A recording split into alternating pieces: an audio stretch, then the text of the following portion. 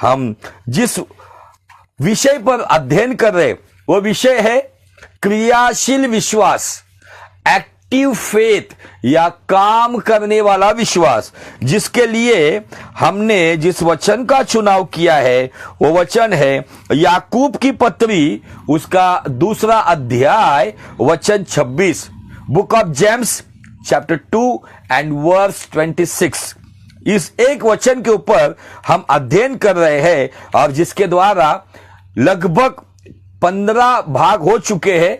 आज का ये 16वां भाग है और मैं विश्वास करता हूं कि निश्चित जो आप भाई बहन जो परमेश्वर के वचन से प्रेम करने वाले लोग, आपके जीवन में निश्चयी आज का वचन आपके विश्वास को क्रियाशील बनाए, जिसके द्वारा परमेश्वर का अनुग्रह आपके जीवन में पवित्र आत्मा की मौजूदगी में यीशु नासरी के नाम में हमेशा बहता रहे। आमीन।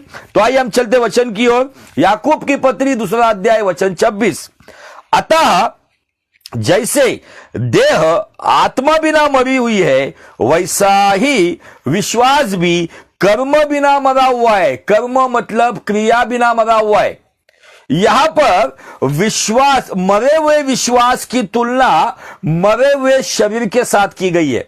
ये जो याकूब है, जो हमारे प्रभु यीशु मसीह का भाई है, जिसका उद्धार मैं बता चुका हूं, बार बार बता रहा हूं, जिसका उद्धार यीशु मसीह के पुनरुत्थान के बाद हुआ। उसके पहले इस व्यक्ति ने अपने भाई पर, उसका ज्येष्ठ बंधु था वो यीशु मसीह, एक ही घर में ये छोटे से बड़े हुए, एक ही घर में इस बड़े भाई ने, यीशु मसीह ने उनकी सारी जिम्मेदारियों को उठाया था। लेकिन ये भाई होने के बावजूद यीशु मसीह जब पार्थिव शरीर में था, जब वो चलता फिरता था, इन लोगों ने उस पर विश्वास नहीं किया। कितनी जगह पे शायद इन्होंने उनका मजाक भी उड़ाया। लेकिन ये याकूब पुनरुत्थान के बाद उसने यीशु मसीह को अपने जीवन का मुक्तिदाता कहकर ग्रहण किया। पुनरुत्थान के बाद उसका उद्धार हुआ। और ये याकूब जो पहले अपने भाई पर विश्वास नहीं करता था, वही याकूब विश्वास की बातें लिख रहा है। आमीन, हालेलुया। बाइबल कहती है अतः जैसे देह, शरीर आत्मा के बिना मरी हुई है, वैसा ही विश्वास भी क्रिया के बिना मरा हुआ है। आज हम विश्वास की बात करते हैं, लेकिन सवाल यह उठता है, क्या हमारा विश्वास काम कर रहा है? हमारे पीछे से कोई नया व्यक्ति आता है और उसका विश्वास ऐसे काम करता है कि वो चुटकी में उसके काम बन जाते हैं। अब इन दिनों में लोग यीशु मसीह के पास आने के लिए प्रथम उद्धार के बारे में नहीं बताते। इन दिनों में सारी भौतिक बातों के ऊपर यीशु मसीह का प्रचार और लोगों को प्रलोभन और आकर्षण की बातें बताकर कहीं ना कहीं जैसे बाबा लोग काम कर रहे हैं, उसी प्रकार से यदि आप मुंबई की ट्रेनों में जाओगे तो मुंबई की ट्रेनों में आपको बड़े बड़े स्टिकर लगे हुए मिलेंगे। लोकल ट्रेनों में ये बाबा, वो बाबा, क्या ये समस्या है, क्या वो समस्या है, कि ये बाबा से मिलो।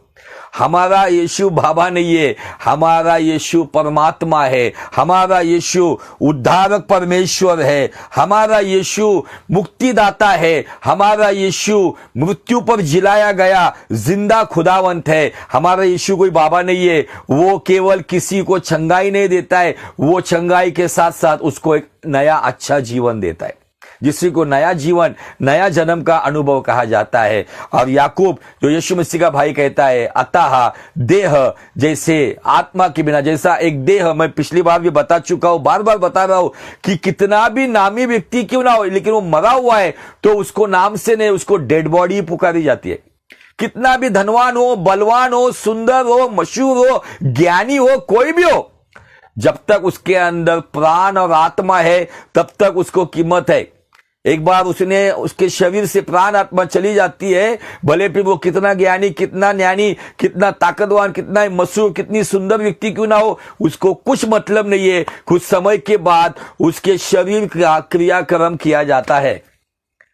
ये तुलना कर रहा है डेड बॉडी और डेड फेथ, मरा हुआ शरीर और मरा हुआ विश्वास, ये तुलना कर रहा है। लेकिन इस वचन को हम अगर उसको दूसरे पहलू को देखेंगे, यहां पे लिखा है अतः जैसे देह आत्मा के बिना मरा हुआ है, वैसा ही विश्वास भी कर्म के बिना मरा हुआ है। जैसे देह आत्मा और प्राण के साथ जिंदा है, वैसे ही विश्वास भी क्रिया के साथ जिंदा है। आपका मेरा विश्वास काम कर रहा है क्या? हमारे आपके विश्वास को आज कहीं ना कहीं सिटी स्कैन, एमआरआई, हमें इस बाइबल की मशीन में हमारे जीवन को आज कहीं ना कहीं डालकर आज चेक करना होगा कि क्या हमारा विश्वास काम कर रहा है क्या इन दिनों में हमारे जीवन में काम हो रहा है क्या? आज जिन दिनों में हम विश्वास करते हैं, एक दूसरे के साथ बात करते हैं, बाइबल का परमेश्वर याकूब की पत्री 2 अध्याय वचन 26 में कहता है, अतः जैसे देह आत्मा के बिना मरी हुई है, वैसा ही विश्वास भी कर्म के बिना मरा हुआ है। मैं विश्वास करता हूं, लेकिन यदि मेरे विश्वास में यदि क्रिया काम नहीं कर रही है, तो मैं बताने के लिए तो बता रहा हूं, हाँ विश्वास है, लेकिन उस विश्वास में क्रिया नहीं है। तो विश्वास क्रियाशील कब होता है? विश्वास क्रियाशील होने के लिए उसके लिए जरूरी बात कौन सी है? जैसे शरीर को जिंदा रहने के लिए पहली बात तो कौन सी बात की जरूरत है? तो शरीर को जिंदा रहने के लिए हमारे भीतर सांसें, ऑक्सीजन चलना चाहिए। कल मैं एक हॉस्पिटल में गया था और मुझे बहुत अच्छी बात वहां से सीखने को मिली। मैं किसी एक व्यक्ति को हॉस्पिटल लेकर गया था, तो वहां पर वो व्यक्ति का चेकअप चल रहा था, तो मैं बाहर बैठा था। तो वहां पर हमारा जो पुणे शहर की जो महानगर पालिका है, पीएमसी, म्युनिसिपल कॉर्पोरेशन, उसके उन्होंने दिए हुए कुछ रेट्स है।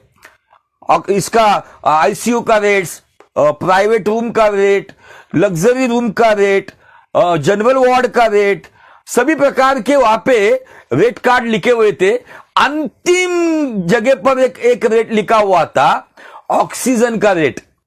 ऑक्सीजन का रेट वहां पे लिखा था 1 घंटे को 60 रुपया, 1 घंटे को 60 रुपया ऑक्सीजन। यदि वो पेशेंट 24 घंटा यदि ऑक्सीजन लेता है, तो उसे यदि हम उसको काउंट करेंगे तो लगभग उसे कितना पैसा जाएगा? उसको 1440 रुपया उसे 1 दिन का ऑक्सीजन के लिए पे करना पड़ेगा, उसको ऑक्सीजन के लिए। बाकी तो छोड़ दो। मैं वो बातों को देखकर मैंने खुदावन को धन्यवाद दिया कि परमेश्वर तू कितना भला है कि अपना ऑक्सीजन हमारे भीतर तू भेज रहा है और हमें जिंदा रख रहा है। लेकिन आज मुझे आपको बताना है, जैसे शरीर के लिए पहले ऑक्सीजन की जरूरत है जिंदा रहने के लिए। यदि इंसान कोमा में भी जाता है, यदि बेहोश भी होता है, तो ऑक्सीजन के बल पर उसे हॉस्पिटल में, आईसीयू में, या जो आईसीयू के भी ऊपर जो भी क्रिटिकल सेंटर्स होते हैं, वहां पर जिंदा रखा जाता है केवल ऑक्सीजन के बल पर, वेंटिलेटर पर। उसको फिर उसके बाद लिक्विड दिया जाता है, खाना पीना, जिसके वजह से यह शरीर काम करता है। वैसे ही हमारे भीतरी मनुष्य को, हमारे विश्वास के मनुष्य को, हमारे आत्मिक मनुष्य के लिए भी जिंदा रहने के लिए, जैसे शरीर के पेट के लिए खाद्य की जरूरत होती है, खाने की जरूरत होती है, ऑक्सीजन की जरूरत होती है, आत्मा की जरूरत होती है, वैसे हमारे आंतरिक मनुष्य की भी जरूरत है। तब जाके विश्वास क्रियाशील होगा। तो उसके लिए मैं बार बार उस वचन के पास आपको लेकर जा रहा हूं कि विश्वास क्रियाशील कब होगा, विश्वास काम कब करेगा। तो उसके लिए इब्रानी की पत्री 4 अध्याय वचन 2 जल्दी पढ़ेंगे, आगे जाएंगे हम। ऐसा लिखा है हिब्रूज चैप्टर 4 वर्स 2, इब्रानी की पत्री 4 अध्याय वचन 2, क्योंकि हमें भी उन्हीं की तरह सुसमाचार सुनाया गया है। किन्हीं की तरह? इजराइलियों की तरह। इजराइलियों को मूसा के द्वारा फिरौन की गुलामी से छुटकारे की सुसमाचार भेजी गई थी, और छुटकारा पाए, और सुसमाचार का अंत यह था कि परमेश्वर तुम्हें दाख मधु की धाराएं बहने वाली कनान देश में लेके जा रहे। बाइबल कहती है कुछ लोग हैं, उनकी लाशें जंगल में सड़ गई, वो यरदन पार नहीं कर पाए, वो यरीहो के पास नहीं पहुंचे, वो कनान में नहीं गए, वो प्रतिज्ञा का देश नहीं देख पाए, या वहां पे नहीं जा पाए। क्यों? बाइबल कहती है क्योंकि हमें भी उन्हीं की तरह सुसमाचार सुनाया गया। उनके लिए कनान देश का सुसमाचार था जो मूसा की द्वारा आया था, हमारे लिए सिय्योन देश का सुसमाचार है जो ईसा के द्वारा आया हुआ है।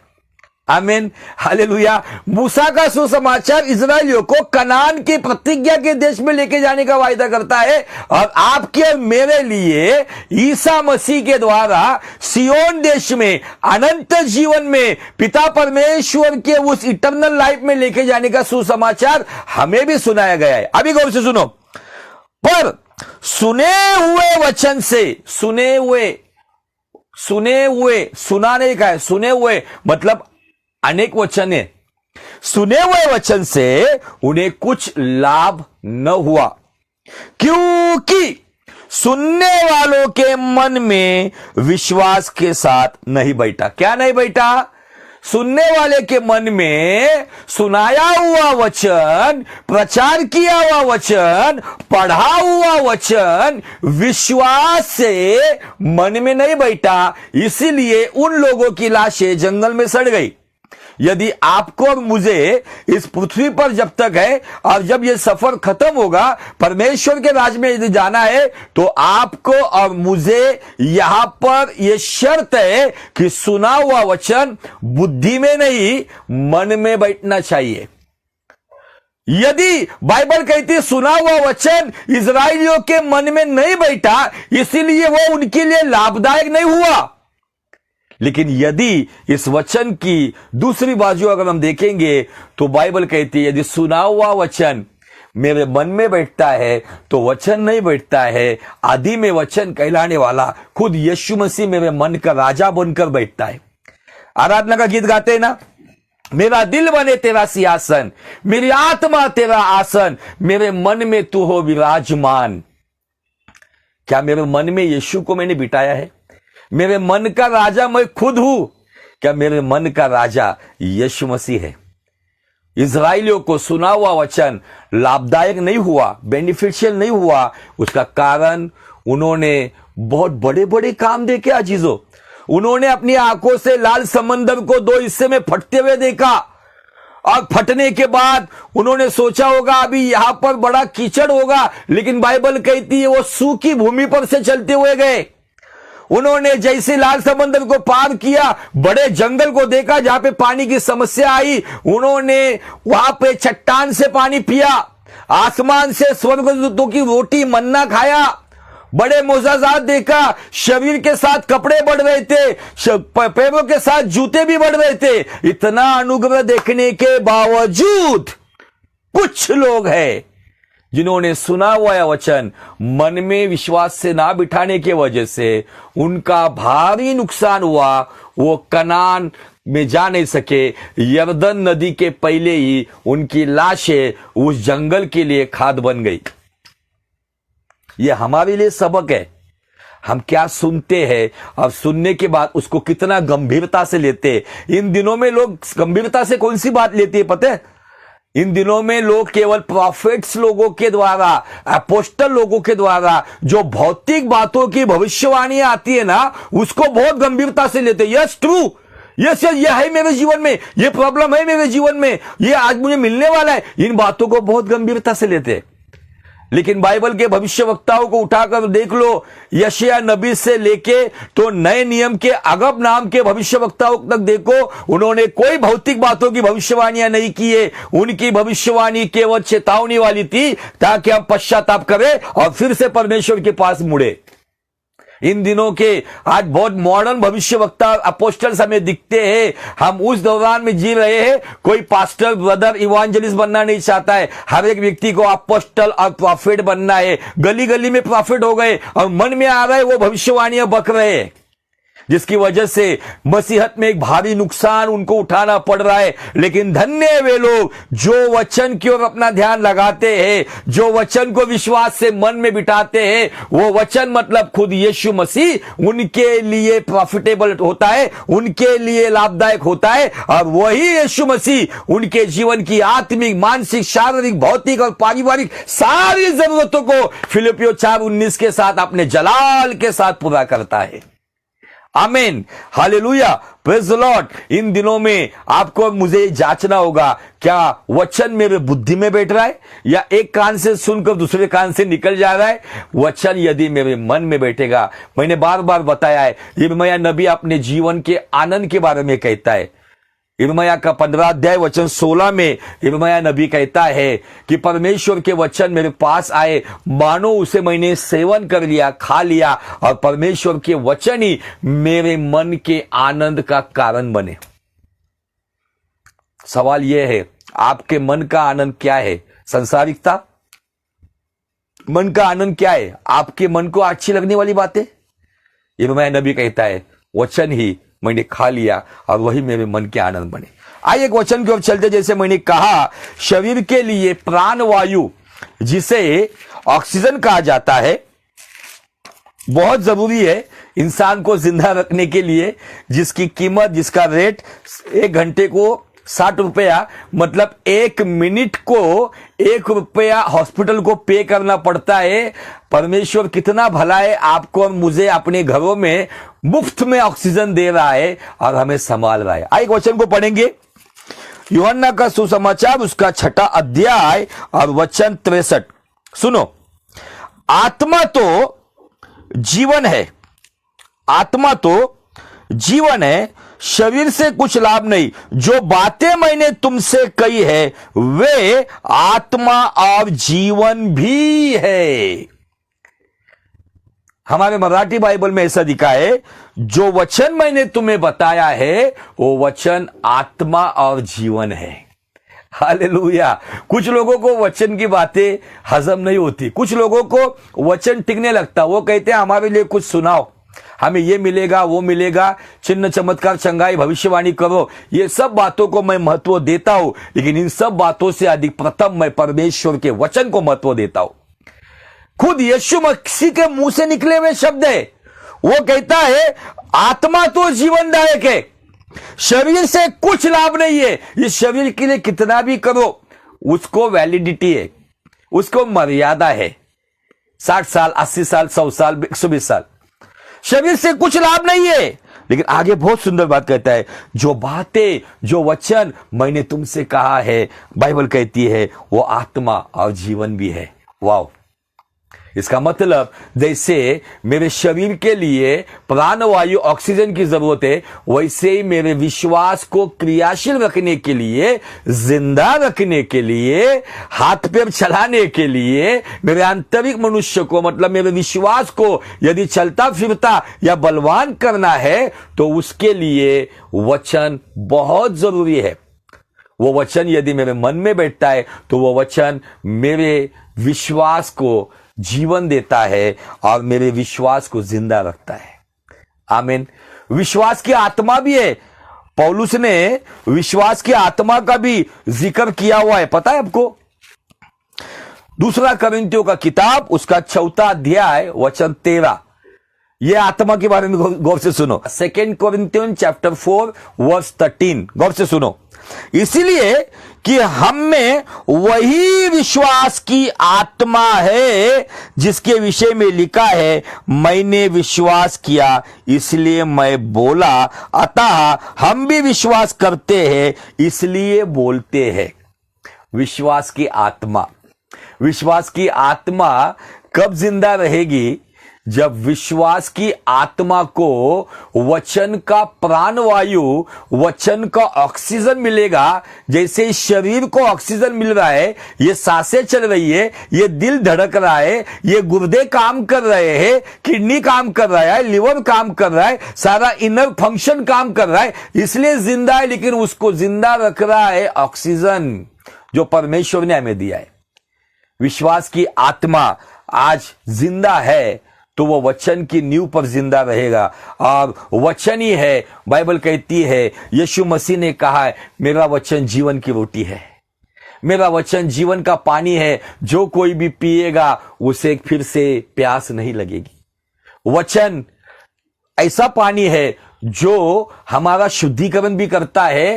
प्रभु यीशु मसीह उस दुल्हन को लेने के लिए आएंगे जो दुल्हन वचन रूपी जल स्नान से अपने आप को शुद्ध और पवित्र करती है, जिसके जीवन में, उसके चेहरे पे कोई झुर्रियां नहीं है।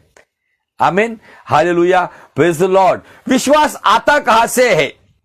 रोमियो का किताब 10वां अध्याय वचन 17 कहता है, अतः विश्वास सुनने से और सुनना मसीह के वचन से। विश्वास की परिभाषा क्या कहती है? इब्रानी 11:1 में विश्वास आशा की हुई बातों का निश्चय है और अंधी की बातों का प्रमाण है। विश्वास में आशा काम करती है। आशा कब काम करेगी? जब वचन को मैं लूंगा, वचन मेरे अंदर विश्वास को पैदा करता है और इन बातों से मेरे अंदर मेरा विश्वास काम करता है, जो क्रियाशील होता है। आज कितने सारे लोग हैं जिनके पास आशा ही नहीं है, केवल जीना है बोल के जी रहे। यदि आप कहीं पर भी जगह, अगर आप कहीं पर भी जो वृद्धाश्रम होते, वहां पर ऐसी भीड़ आपको दिखेंगी जो केवल जीना है बोल के जी रही है। कुछ मकसद नहीं है जिंदगी का, कुछ मतलब नहीं है, अपनों ने त्याग दिया है। लेकिन हमें एक ऐसा परमेश्वर मिला है जो परमेश्वर भी है और हमारा प्रेमी पिता भी है। आमीन। हमने रोमियो 10:17 को इसलिए पढ़ा क्योंकि बाइबल कहती है विश्वास सुनने से, अब सुनना मसीह के वचन से। और पिछले एपिसोड में, पिछले भाग में हमने एक ऐसी स्त्री के जीवन से देखा जिसके जीवन के द्वारा हमने देखा कि यह स्त्री एक वेश्या काम करने वाली थी, लेकिन उसने जो सुना, उसने अपने देश में उस पर विश्वास किया और उसी बात के द्वारा बाइबल कहती है कि उसका घराना बचाया गया। केवल बचाया ही नहीं गया, तो हमने देखा मत्ती का किताब उसका 1 अध्याय और वचन 5 में यह राहाब नाम की जो वेश्या है वो यीशु मसीह की वंशावली में आ गई। यीशु मसीह की वंशावली में आ गई। क्यों आ गई? अतः विश्वास सुनने से, सुनना मसीह के वचन से। उसने जो सुना था वो एक पराई स्त्री थी, पराई देश की थी, लेकिन उसने जासूसों को संभाला। उनको जो बात उसने की, आकाश और पृथ्वी का उत्पन्न करता यहोवा यही परमेश्वर है और निश्चय वो तुम्हें जिताएगा।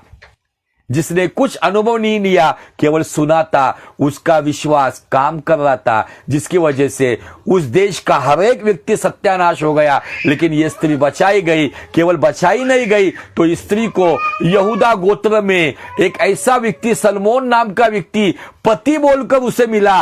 और यह व्यक्ति, ये जो हमारी बहन जो हमें दिखती है, जिसके द्वारा हमने देखा कि ये यीशु मसीह की गोत्र में आ गई और परमेश्वर ने उसे आशीष दिया। मुझे लगता है कि मैं इस वचन को फिर से पढ़ूं, जिससे मुझे बहुत आनंद मिलता है। मत्ती रचित सुसमाचार उसका 1 अध्याय और वचन 5 क्या कहता है? सलमोन और राहाब से बोआज उत्पन्न हुआ, बोआज और रूत से ओबेद उत्पन्न हुआ।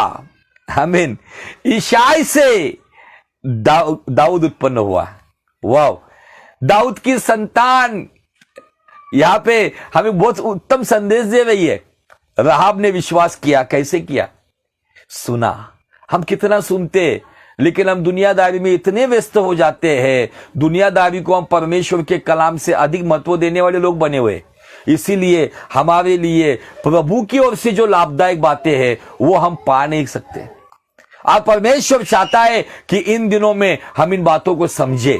आइए आज हम एक ऐसे व्यक्ति के जीवन से देखेंगे, उसने भी यीशु मसीह पे कैसे विश्वास किया, जिसकी वजह से उसकी इकलौती औलाद बच गई।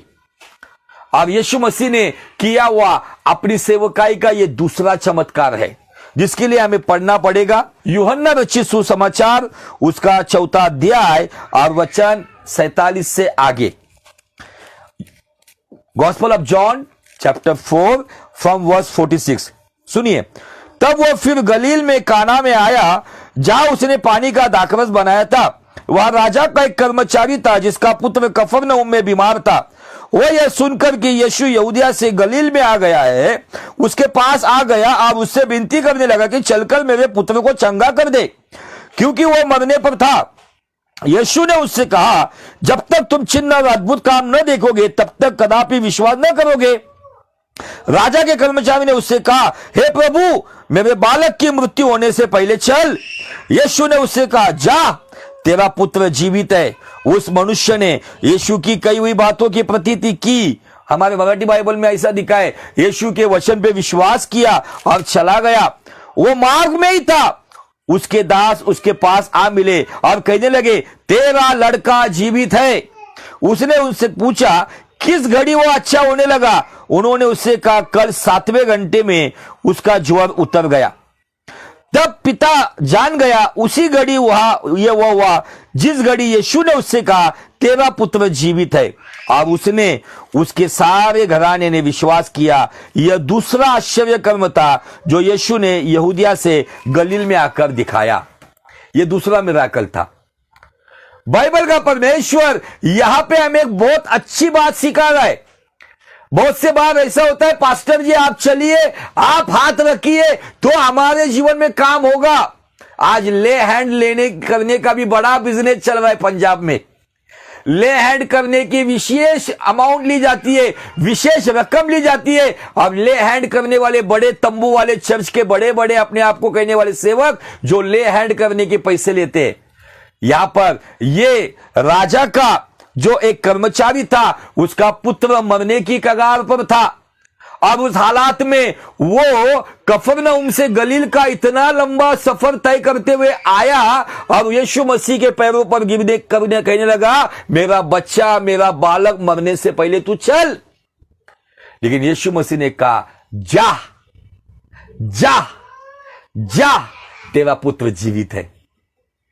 उसने ये नहीं कहा, प्रभु ये नाइंसाफी है। अब याईर के बेटी को, याईर सभा स्थान का सरदार था, याईर आराधनालय का सरदार था, यह नाइंसाफी है। अब याईर की बेटी को बचाने के लिए घर तक गए, उसको हाथ को पकड़कर कहा, तलीता को बेटी उठ जा। अब मेरे को क्यों दूर से कहते जा? उसने ये नहीं कहा। उसने, बाइबल कहती है, उसने, उस मनुष्य ने यीशु की कही हुई बातों की प्रतीति की। यीशु के मुंह से निकले वचन पर उसने विश्वास किया। वचन को बुद्धि में नहीं रखा, वचन को अपने मन में लाके बिठाया।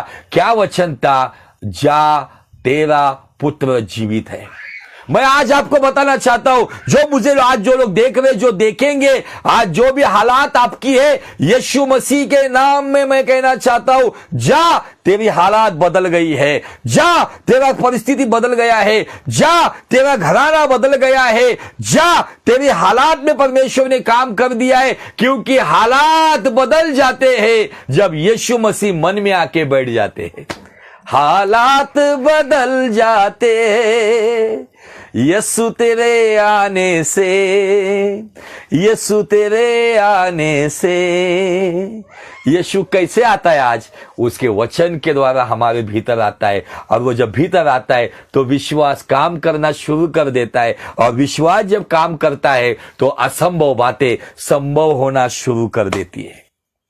आमीन, हालेलुया। मुझे इस राजा के, इस राजकर्मी को, ये जो कर्मचारी था, मुझे इसके द्वारा बहुत आशीष मिलती है। उसने कोई भी उल्टा जवाब नहीं, उल्टा सवाल नहीं किया। उसने ये बातें सुनकर वो निकल पड़ा। क्या लेकर निकल पड़ा? यीशु का वचन अपने मन में लेकर निकल पड़ा। और वो मार्ग में ही था, उसके दास आकर उसके मिलके कहते, तेरा लड़का जीवित है। वास्तविक लड़का कभी भी मरने वाला था, लेकिन बाइबल कहती है उसके दास, उसके कर्मचारी, उसके नौकर आकर बीच रास्ते में, अब वो उससे पूछने लगा किस घड़ी वो अच्छा हो गया। उन्होंने कहा कल 7वें। इसका मतलब ये सफर बहुत लंबा है।